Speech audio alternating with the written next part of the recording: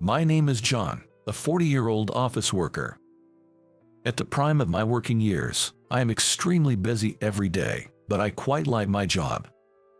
I was thrilled to join a company I strongly desire to work for, and I hold a respectable position there. Currently, I am a manager, and although it's hectic, I find great joy in developing our team. Managing can be quite a challenge, but I believe it contributes to the company, so I dedicate myself to my duties every day.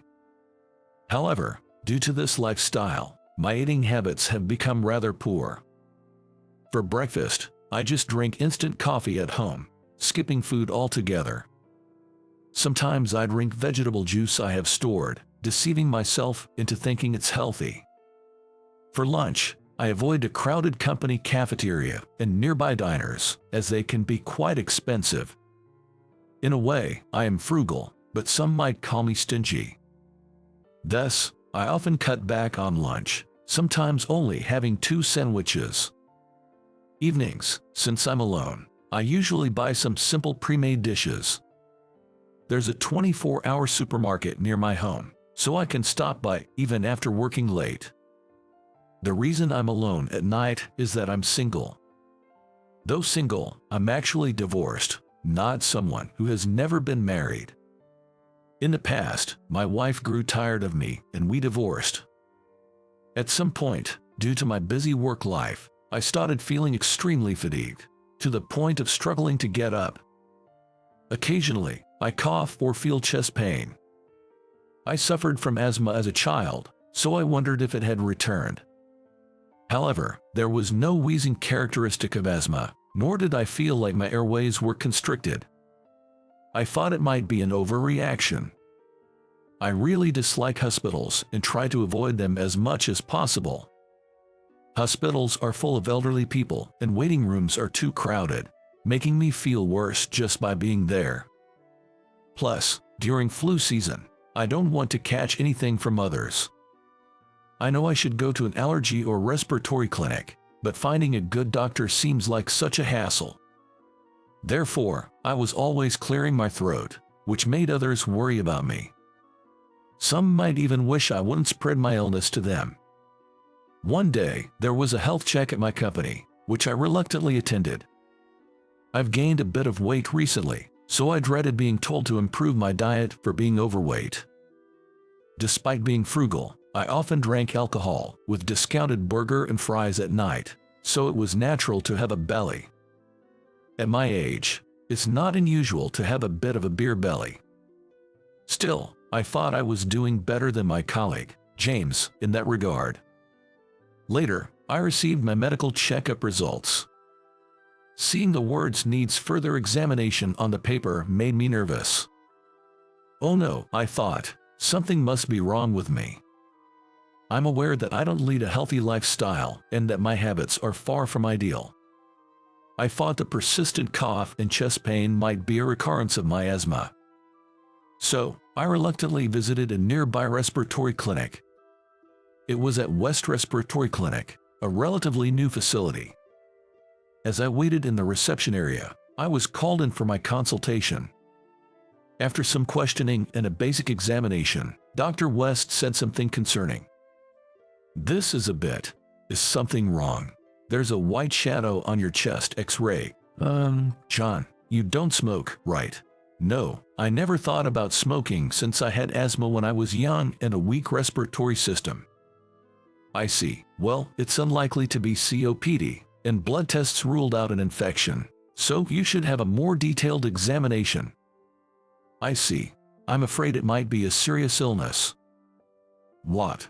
"I can't say for sure at this moment, but it's better to suspect cancer just in case." "That's unbelievable," I muttered. Dr. West said this and wrote me a referral to a general hospital. I think Dr. West was almost certain of the diagnosis. And deep down, I had a sneaking suspicion too. But I couldn't understand why I, who never smoked, would get lung cancer. I knew not every lung cancer patient is a smoker, but I never thought I'd get it. Despite my unhealthy lifestyle, I irrationally believed I would always be healthy. I took the referral and went to the general hospital on the scheduled day. I've been here before for asthma as a child, but I hate it for its crowdedness. Hearing that billing alone can take 30 minutes, I was irritated after registering. Despite having a referral, I ended up waiting an hour and a half. This being a major city, it's understandable due to the population. The hospital's proximity to new housing areas probably contributes to the high patient turnout. Upon entering the first consultation room, I was greeted by Dr. Davis, who appeared quite young. He looked to be younger than me, probably around 35 years old. I couldn't help but worry about his youthfulness. Somehow, I had always felt more comfortable with doctors in their 40s or 50s, seasoned veterans. "Hello, I'm Tom from the respiratory department. You're John, right? Have your symptoms improved?" "No, I feel like they're getting worse." "Do you feel short of breath?" "Yes, a bit. I thought it might be asthma again." "You have a history of asthma from childhood, right? Let me listen to your chest and back." Dr. Davis listened to my chest with a stethoscope. Asthma is usually easy to detect by listening to the back. No wheezing and no retraction of the ribs. Let's do a detailed examination. Order for chest CT, MRI, and this too, please. Dr. Davis gave instructions to the nurse. I was familiar with CT scans, but I was nervous about what else they would do. I hate painful procedures, and the thought of another blood test was disappointing. Dr. Davis looked young but was gentle and calm in his approach, not the type I disliked. I always thought doctors were intimidating and arrogant, but Dr. Davis felt more like a monk. He was bald, which made me wonder if he was helping out at a family temple on his days off. I recently read a book on mental care by an author who was both a psychiatrist and a monk. Juggling two roles must be busy, but medicine and religion might intersect in some ways. After all, religious rituals like funerals often follow hospital deaths. Lost in such irrelevant thoughts, I went into the MRI machine, the loud noise almost driving me crazy. CT scans felt like being sliced, which was unpleasant. Lying there, I thought about dinner and work. Then I waited in the reception area again, but this time it was only for about 30 minutes, which felt relatively better. Being in such a busy hospital can numb your sense of time, making 30 minutes seem reasonable. When I entered the consultation room again, Dr. Davis's usually calm face seemed tense. I sat down, fearing the worst. "As Dr. West pointed out, there's a shadow in your lungs," he began. "Based on the CT, MRI, and blood tests, it's clear it's neither asthma nor COPD. This is chronic obstructive pulmonary disease, common among smokers, but you don't smoke, John." "Then, what illness do I have?" Tentatively, I asked Dr. Davis a question, and he swiveled his chair away from the monitor to face me directly. Seeing his intense gaze, I swallowed hard. "Please remain calm, but you have lung cancer," he said. "What? It's quite advanced. We need to start treatment immediately. However, this is crucial. Your lung cancer is already in its final stage, so it's important to decide how far you want to go with the treatment." "So, you mean I need to start treatment right away, or else I'm going to die?" "Well, yes, that's correct," Dr. Davis responded. "I can't believe this is happening. I never imagined I would get lung cancer. I don't even smoke. Smoking isn't the only cause. I understand it's hard, but you must not turn away from reality. Let's discuss your treatment options together." "Yes, but what should I do? I've never been told I have cancer before. It's shocking for anyone, but your cancer has already progressed significantly, so before we proceed with treatment, you need to make some personal decisions." "My own decisions? What have I been doing all my life? I haven't accomplished anything yet. I still want to climb higher in my career. This is just too much. I haven't left anything behind.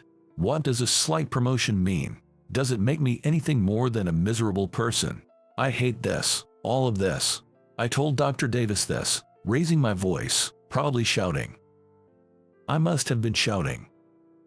But Dr. Davis, in a composed manner, said to me, "That's not the case. You surely have things left to accomplish. We, as doctors, will commit fully to your treatment. So, let's tackle this together."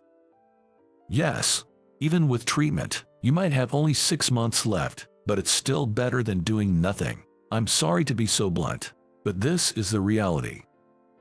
Just 6 months. I was given my prognosis. Am I going to heaven? Or perhaps to hell? I don't know, but it seems there's no hope for survival. By the way, how about your family? You're still young. It must be a shock to them. My parents are no longer with us. They died in a bus accident when I graduated from college. The bus accident. Do you know of it? Yes, I'm aware of it. My parents were on that bus. They were coming to visit me when I moved here for a job, and then the bus overturned. There were many casualties, and my parents never returned. I'm so sorry to hear that. I shouldn't have asked. My apologies. No, it's okay. I brought it up. Then, do you have any siblings or a spouse to rely on?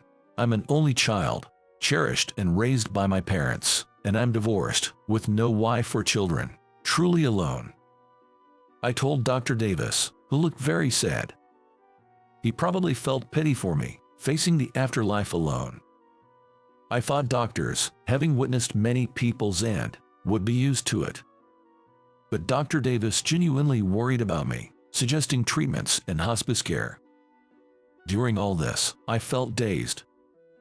Despite Dr. Davis's earnest explanation, nothing registered in my mind. I understood he was speaking, but couldn't comprehend what he was saying. Me, with lung cancer, and in its final stages. On the way home, I let out a dry laugh. Muttering to myself, a passing high school girl said, "That's scary." A man like me, muttering alone, with a vacant look, must seem creepy and scary. But at that moment, I was too preoccupied with my future to care about anyone's comments. Work was a major part of those thoughts. My life has been devoted to work. It's not an exaggeration to say I've dedicated my life to it. Next month, a new project starts, with my subordinate Bob playing a key role. If Bob fails, it's also my responsibility as his mentor. Plus, there's a proposal due the day after tomorrow, adding to my cluttered thoughts. I was worried about what to say to my company. I don't have long to live. No matter how hard I try in treatment, I won't make it to retirement. Today, I used my company's paid leave for the first time to go to the hospital. I used to save my paid leave for more meaningful things and tried not to take it, but with recent labor laws, I had no choice. I thought of myself as a corporate slave. While the company itself is healthy with good communication, I chose this path and achieved my current position. That's exactly why I couldn't bring myself to say something like, "I have cancer, so I need to reduce my workload or please prioritize my health." It was a matter of pride as an office worker, or rather, just my silly ego. The next day, I went to the office. I informed the HR department and my direct supervisor that I had terminal lung cancer. They both looked shocked and cast pitying glances my way.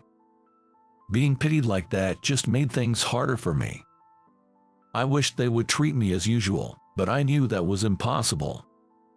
It's difficult not to feel sorry for someone who you know doesn't have much time left. After that, I continued to work as usual. But the cancer took its toll, causing pain and making it hard for me to concentrate on my work. I also suffered from side effects of the medication, frequently experiencing vomiting and diarrhea. My hair started falling out, and my once thick head of hair began to thin, revealing my scalp. At 40 years old, I used to have thicker hair than my peers and colleagues of the same age, but it gradually thinned to the point where my scalp was visible. I remember being horrified when I woke up and found clumps of hair on my pillow. So, I ended up using a lot of lint rollers. Hair was falling everywhere, and I found myself having to clean daily with adhesive lint rollers. I can't take it anymore. Why do I have to endure such hardship every day just to continue treatment? I hate radiation therapy. I'm just a burden to everyone at work, and they all pity me. What am I doing? I want to end this. There's no point in living anymore. After all, I'm going to die soon. I had lost the will to live. But when I saw Dr. Davis at my next appointment, he gave me courage.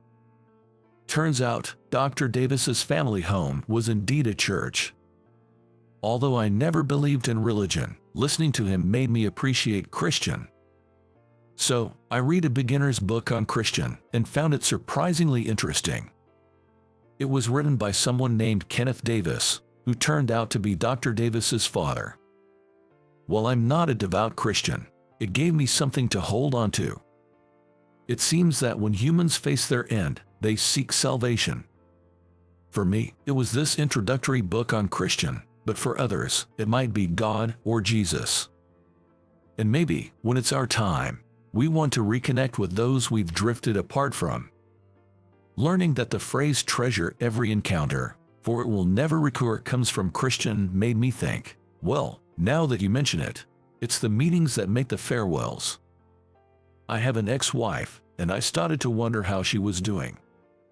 Our meeting was fate. At a mixer, I was sitting alone when Emily, my ex-wife, started talking to me. Back then, there were no cell phones, so our phone bills were astronomical, but we used to call each other every day to catch up. Nowadays, with apps like WhatsApp, you don't have to worry about call charges, and there are even budget plans for calls. We fell deeply in love and got married, but I got absorbed in my work and neglected our home, letting Emily to lose patience with me. Emily was a translator working from home. She was excellent in French but struggled with building relationships, having faced mild harassment at her previous workplace. At that time, I didn't listen to her properly. I was too busy asserting that I was the one earning more and facing hardships. Then, Emily quit her job to work from home as a freelancer, but I thought it was easy for her since she was at home. She would stay up late working, sometimes even pulling all-nighters. Yet, I arrogantly believed I was superior because I was climbing the corporate ladder. Looking back, I was a terrible person. I wanted to tell her that my life wouldn't be long now. I wanted to apologize for not cherishing her when we were married. So, I decided to call Emily. If she had changed her number, I wouldn't be able to reach her. After 6 years since our divorce, I wasn't sure, but the call went through. Hello, it's me, John. Yeah, I know. I can see your name. How are you doing? There's something I want to say. What is it? I've got cancer. My time left is short. I was given 6 months to live at the general hospital, and it's been 2 months since then. So I guess I have about 4 months left. No. Emily's voice sounded a bit strained. Even though we were divorced, we had once been husband and wife. Realizing she was shocked made me feel both a bit happy and sad. Emily, I want to apologize to you. When we were married, I never really listened to you. I thought I was the only one having a hard time, but you had it tough too, working and doing household chores. Yeah. So, I want to meet you one last time. I want to apologize to you in person. Okay, then, let's meet at a cafe on Saturday. Sure, but which cafe? The Ensemble. Ah, I know it. I can get there. See you then. And so, on the following Saturday, I decided to go to Ensemble, the designated cafe. I'm frugal, so I don't go to cafes for my own enjoyment, but I do go there to adjust time before meeting clients. Our company is quite generous with the sales team, covering such expenses. The cafe has a calm atmosphere with a retro interior, and it even has a kids menu, so sometimes there are mom gatherings. The cafe had a retro and serene interior. As I approached with nervous steps, I saw Emily through the window. When she noticed me, she came to the entrance to greet me. Thanks for coming. No, I was the one who wanted to meet. Sorry for springing this on you suddenly. It must be confusing. An ex-husband with cancer. I have terminal lung cancer, and because of the medication, my hair has fallen out. I'm wearing a wig now. I see. Haha, I guess I didn't want to look bad in front of you, my ex-wife. I dressed up. How do I look? Does it suit me? Yeah, John, you look young, and that shirt suits you. You too, Emily. You still look so young. You could pass for early 30s. Stop. I don't need flattery. There's someone I want you to meet. I thought it might be Emily's new husband. But if it was her new husband, why bring me here? It didn't make sense. And there was no man in the cafe who looked like he could be her new husband. Here she comes. Look, over there. Emily pointed, and I saw her mother and a little girl. Emily's mother, my former mother-in-law, seemed a bit smaller than before. But who was this girl? I thought she might be a relative's child, but then Emily said something unbelievable. I'm sorry I kept it a secret from you, but that girl is ours.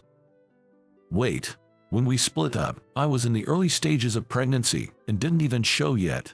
After the divorce, I felt unwell, went to the hospital, and they told me I was pregnant. So, I've been living all this time not knowing I had a daughter, not paying child support, just living carefree. John, I don't want you to feel guilty. I never liked kids and didn't want to have any, but after she was born, I realized how precious she is.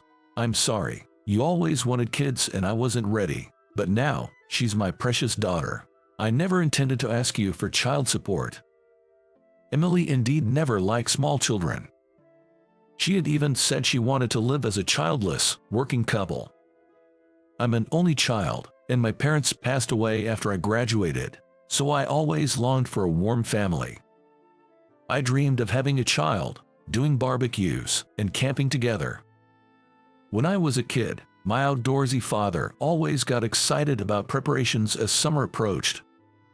On holidays, we'd all go out for outdoor adventures. Influenced by my father, I wanted to enjoy the outdoors with my child. But Emily was adamant about not wanting kids and refused to try for a baby. We weren't completely abstinent as a couple, so I guess that's when it happened. Emily knew she disliked children and doubted her ability to raise one, so she deliberately didn't ask for child support. She probably thought I would accuse her of being after money despite her dislike of children. Her name is Linda. She was just at a friend's house until now. My mother brought her here. I see, Linda. That's a nice name.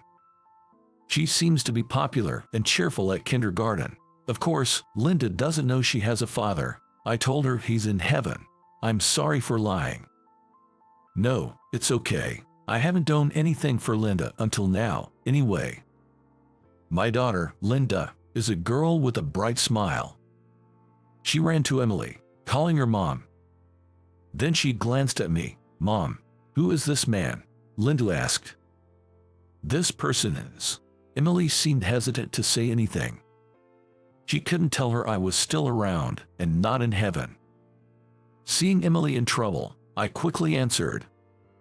Nice to meet you, Linda, right? I'm a relative, Uncle John. Really? A relative? Huh? Have we met before, or do you live far away? Yeah, I live in a faraway city. I've been too busy with work to meet you until now, but I'm happy to meet you, Linda. Yay, I am happy to meet you too. You seem kind. I'm nice to everyone at kindergarten. I can read now, so I read picture books to them. Is that so? You can read already. That's great. Did Mom teach you? Yes, we have alphabet cards in the bathroom. I love baths. I learned it by playing quizzes with Mom in the bath. I see. You'll be fine in school then.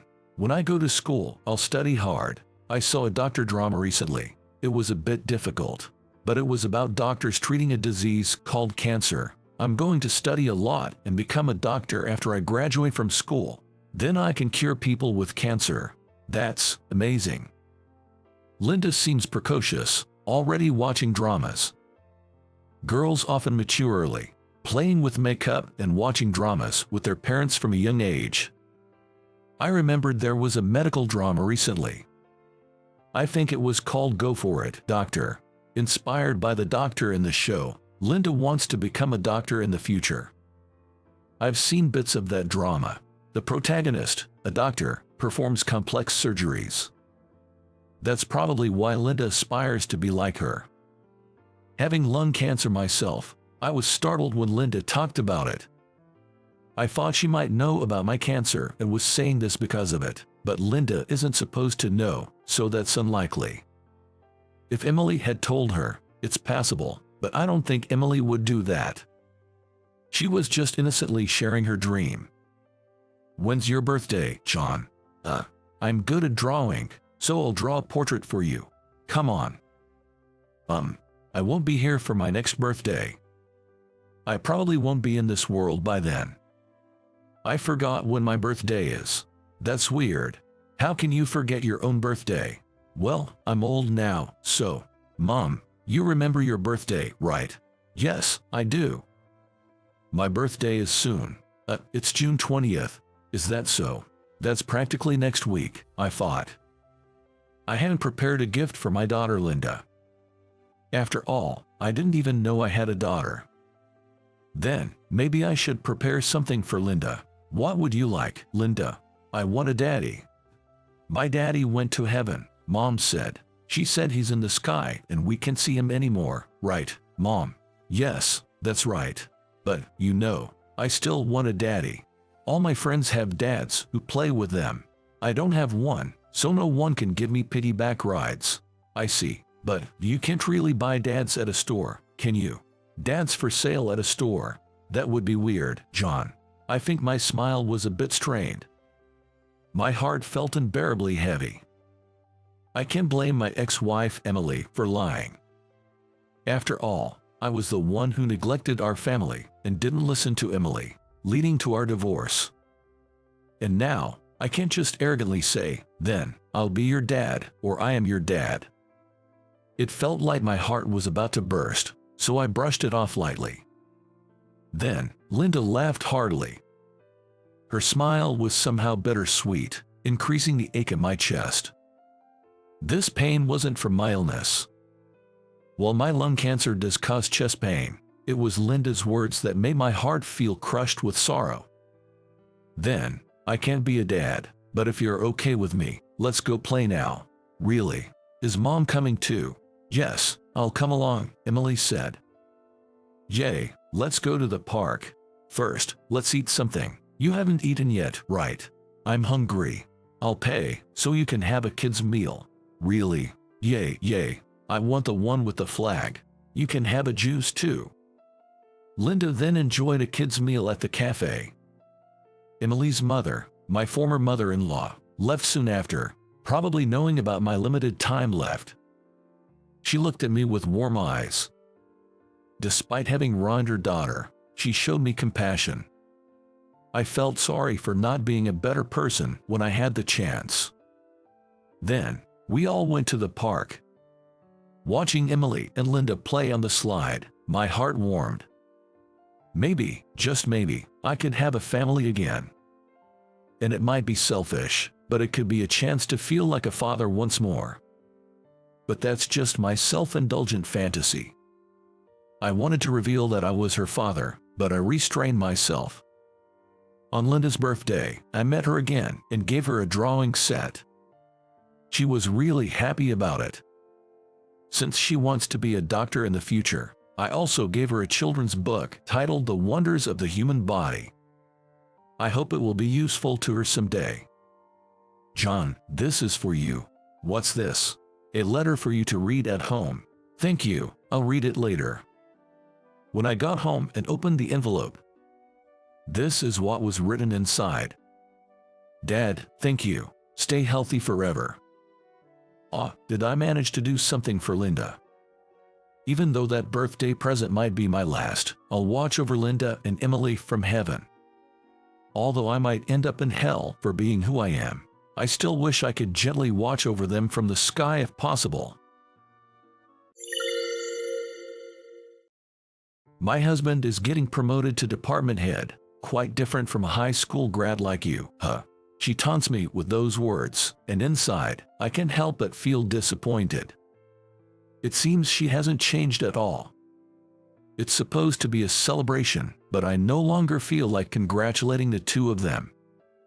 Still, I play the part, smiling and interacting with them. Department head, that's quite impressive.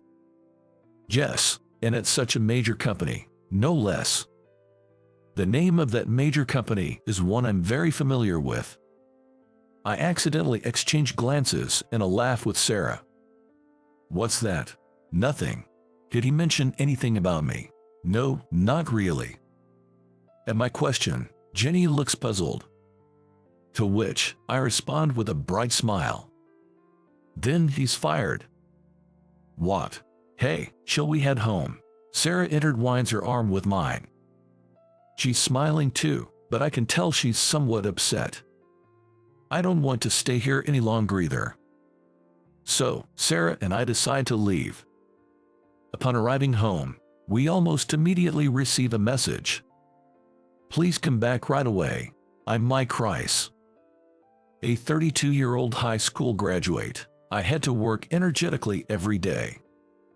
My parents divorced when I was young due to my father's infidelity.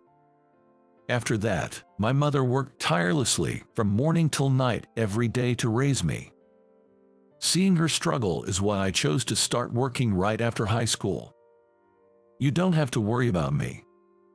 It's not just about that. I wanted to start working early for my own dreams, too. Though my mother looked apologetic, I never regretted my decision. Indeed, it's thanks to that decision that I met Sarah, who would become my beloved wife. Can I support your dreams too? Sarah never laughed at my dreams. Instead, she helped me achieve them. She's a year younger than me, but she always leads me confidently, without hesitation. Thanks to her, I've been able to walk a straight path. However, just as my dream was within reach, my mother got sick and passed away suddenly. I'll become your family now and make you happy, so it's going to be all right.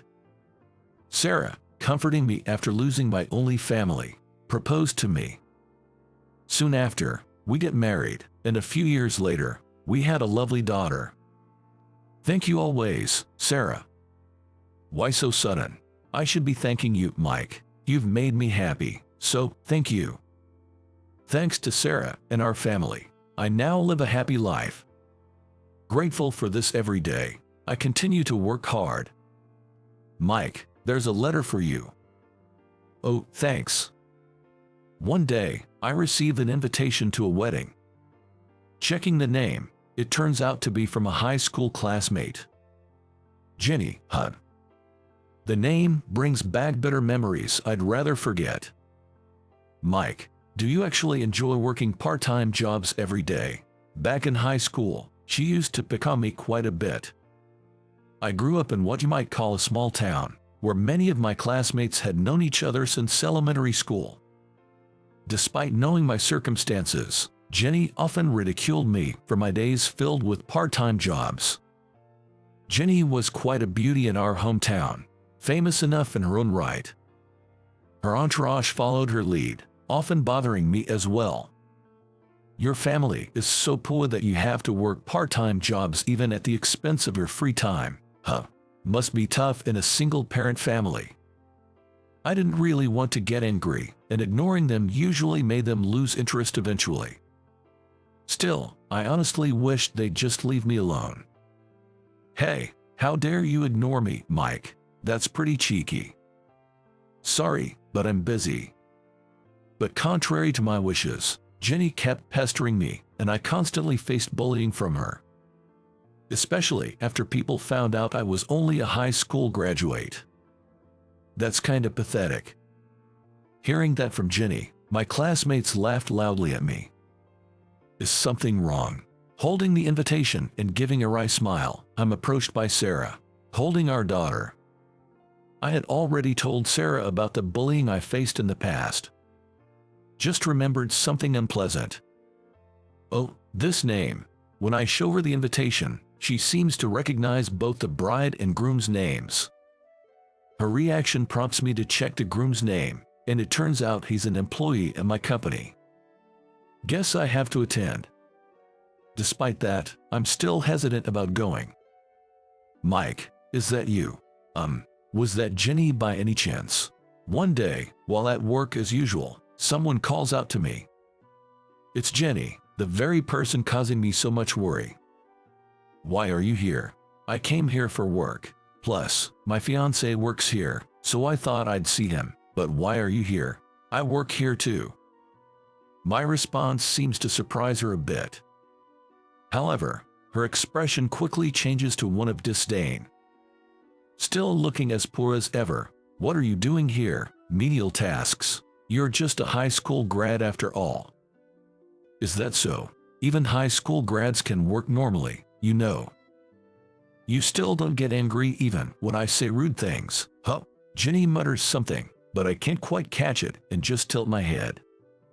Suddenly, her gaze shifts to the ring finger on my left hand.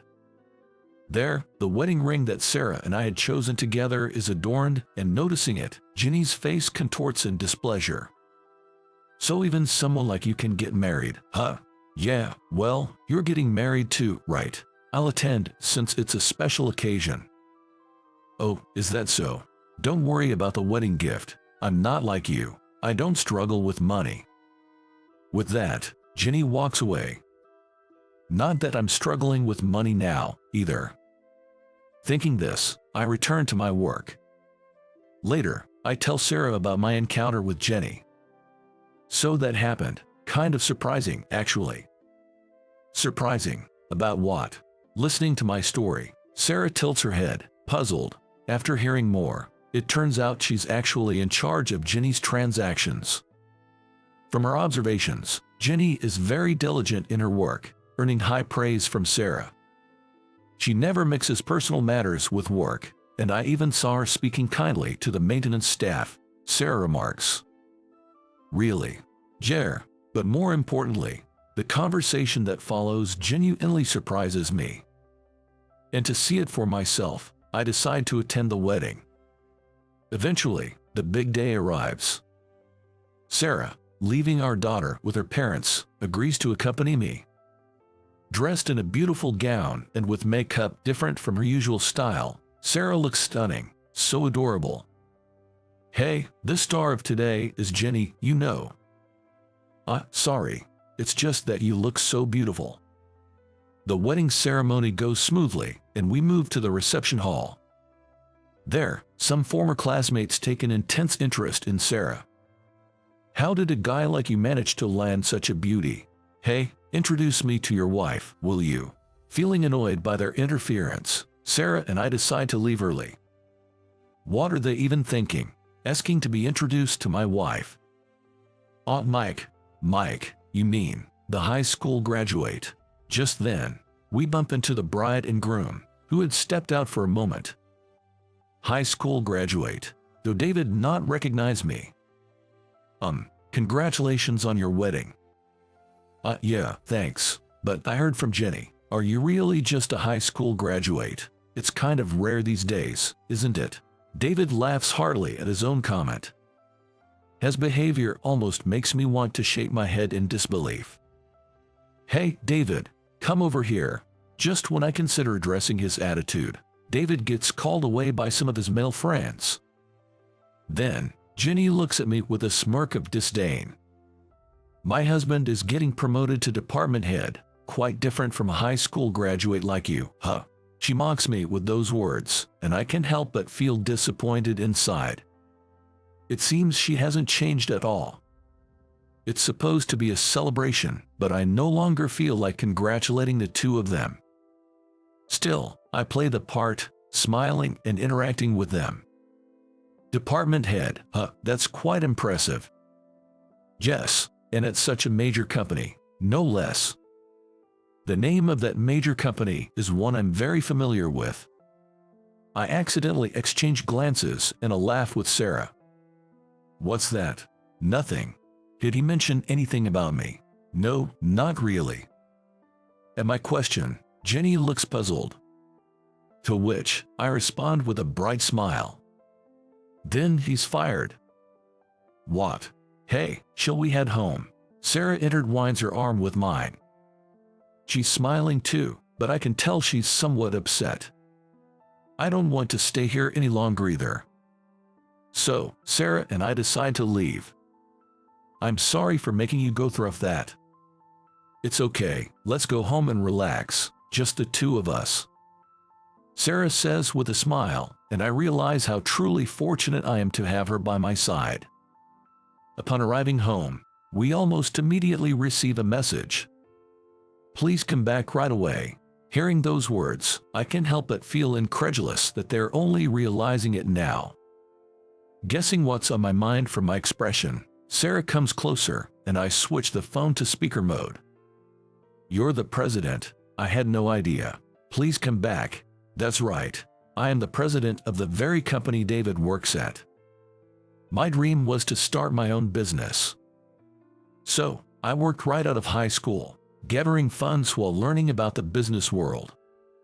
Mike, you have something special. In my relentless efforts, I was favored by my father-in-law, the president of the company I joined, and it was through this connection that I met Sarah. Around the time Sarah graduated from college, I had gathered enough funds, and with my mother's inheritance, I successfully started my own company. I want to work at Mike's company. It's just starting, so it might be tough. Are you sure you want to follow me into this? Of course, I've fallen for you, Mike. I'll follow you wherever, and if needed, I'll lead the way. With those words, Sarah joined my company. Not just her, but some of my father-in-law's employees also expressed their desire to join me. Take them with you. My father-in-law said, easily agreeing and immediately securing a large contract for us.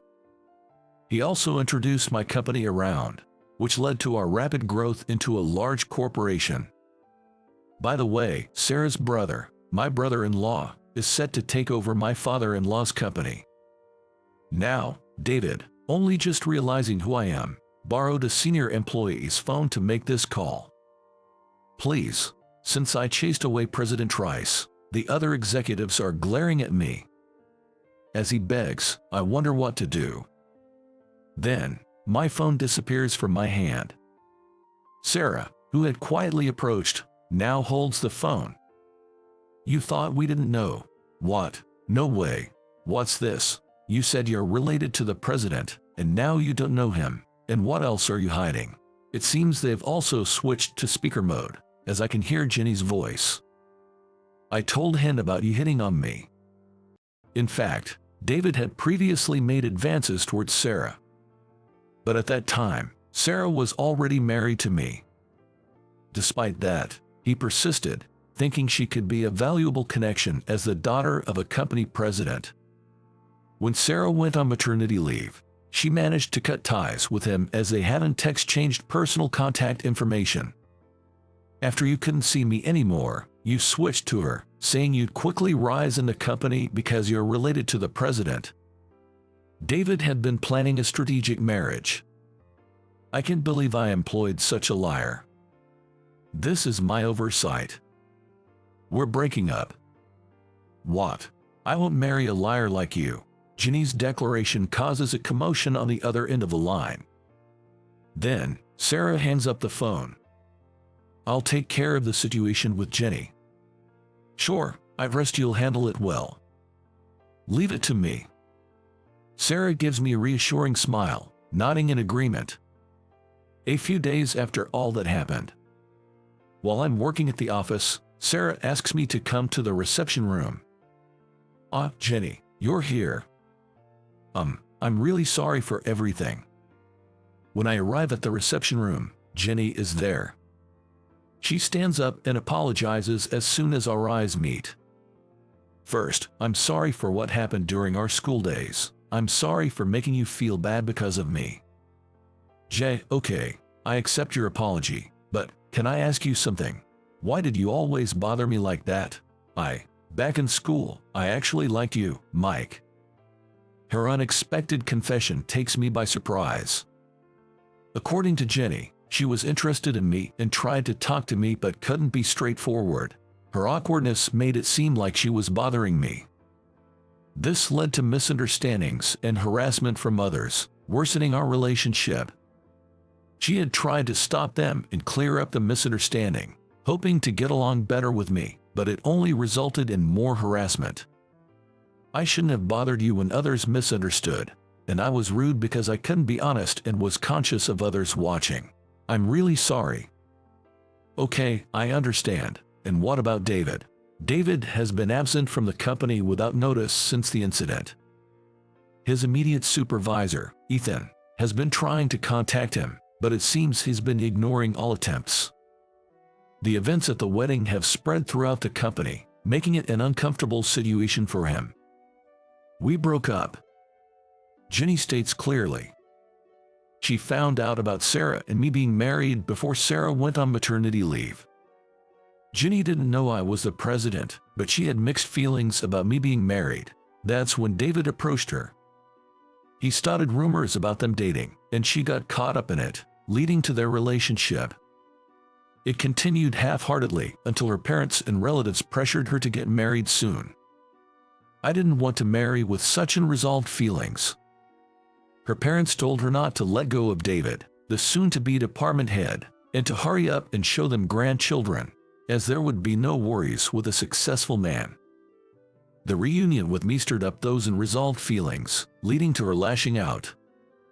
I really am sorry for the trouble I caused. Jenny apologized deeply. I accept her apology, understanding her situation. By the way, it seems she has completely gotten over her feelings for me. Seeing Jenny's relieved expression, both Sarah and I exchanged smiles, feeling reassured. Following the incident, David is, of course, dismissed from the company. He was claiming to be related to me and acting arrogantly because of it. It seems most employees didn't take him seriously and just brushed it off, but a few believed him. Sarah, realizing he had been spreading lies, had some employees gather evidence under her direction. I didn't notice at all. I need to reflect on that. You've been busy with new contracts and business expansions recently, but it's good to reflect. Let's pay more attention to the employees too. Yes, that's right. With the evidence and his recent unauthorized absences, we were able to fire David without issue. After hearing about this incident from Sarah, I sought help from my angry father-in-law to deal with David. I relied on my father-in-law's extensive network of connections. David was sent to a remote location to do physical work. Meanwhile, Jenny resigned from her job. It seems she was deceived by David too, but it became too uncomfortable for her. Plus, her parents disowned her. Her parents cut ties with her over the incident, saying she was a disgrace for not providing grandchildren and breaking off the engagement. Jenny, who lived with her parents, was kicked out of her home and is now staying in a business hotel. They called me a disgrace for not showing them grandchildren and breaking off the engagement on my own. Apparently, her parents had always been overly interfering, berating her for even the slightest displeasure. To outsiders, they appeared kind, leading to Jenny's awkward personality. Now that she's distanced herself from her parents, this might be a good opportunity. Jenny, if you're okay with it, how about working with us? That sounds great. I've always wanted a right-hand person. You would be perfect since you're so capable and can start contributing immediately. Plus, if you join our company, you can move into the company housing. Sarah agrees with my proposal. Jenny looks at us, seemingly bewildered. I need your help. Yes, thank you very much. Jenny nods, her eyes brimming with tears, accepting my offer. Then, Jenny joined our company. She's really outstanding. She quickly became my right hand and has been a great help. Jenny quickly demonstrated her abilities, significantly boosting our performance. And Sarah's workload has been reduced significantly. Hiring her was definitely the right decision. Truly, it was a good call. Sarah nods, stroking her belly in agreement. To celebrate our improved performance, we decided to have a meal with my in-laws. We invited Jenny to the dinner as a key contributor. Is this your daughter? She's adorable. We brought along with our daughter. Jenny is doting on her, repeatedly saying so cute with a beaming smile. My brother-in-law was watching her.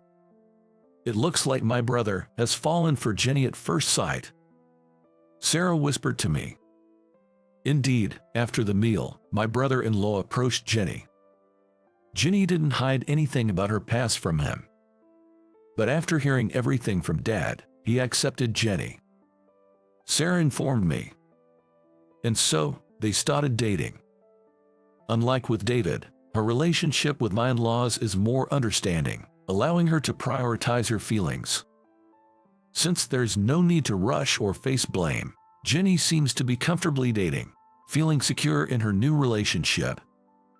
I never thought my brother would get married. It's great that someone wonderful like Jenny came along, Sarah said with a laugh, and I joined in. Our daughter was also smiling, watching us. Together, we stroked Sarah's belly. We had announced at the meal that Sarah was expecting our second child. Our family's happiness contrasts sharply with David's situation. He's struggling in a remote area, working hard without any support, both physically and mentally worn out. Trying to win people over like before doesn't work anymore. Everyone knows his true nature now, and no one's willing to help him. Moreover, after cutting ties with Jenny, her parents tried to reconnect upon learning she had secured a position in a large company and was dating the son of another prominent company. My brother-in-law drove them away, bringing him and Jenny even closer. Their marriage seems imminent. We received a photo of the two smiling happily, which made us smile as well. The following year, we were invited to Jenny's wedding. It was a beautiful ceremony, blessed by everyone. This is truly a wonderful wedding, unlike before. Yes, it is. This time, there was no one causing trouble for us. Jenny and her now husband kindly invited our daughter and our son, born a few months earlier, to join. The venue was baby-friendly, so we attended without worry. I want to be a beautiful bride like her one day. Our daughter murmurs this as she gazes at Jenny. Sensing my mixed feelings, Sarah laughed. I vow in my heart to always protect a home filled with smiles like this. Together, we celebrate the couple's happiness.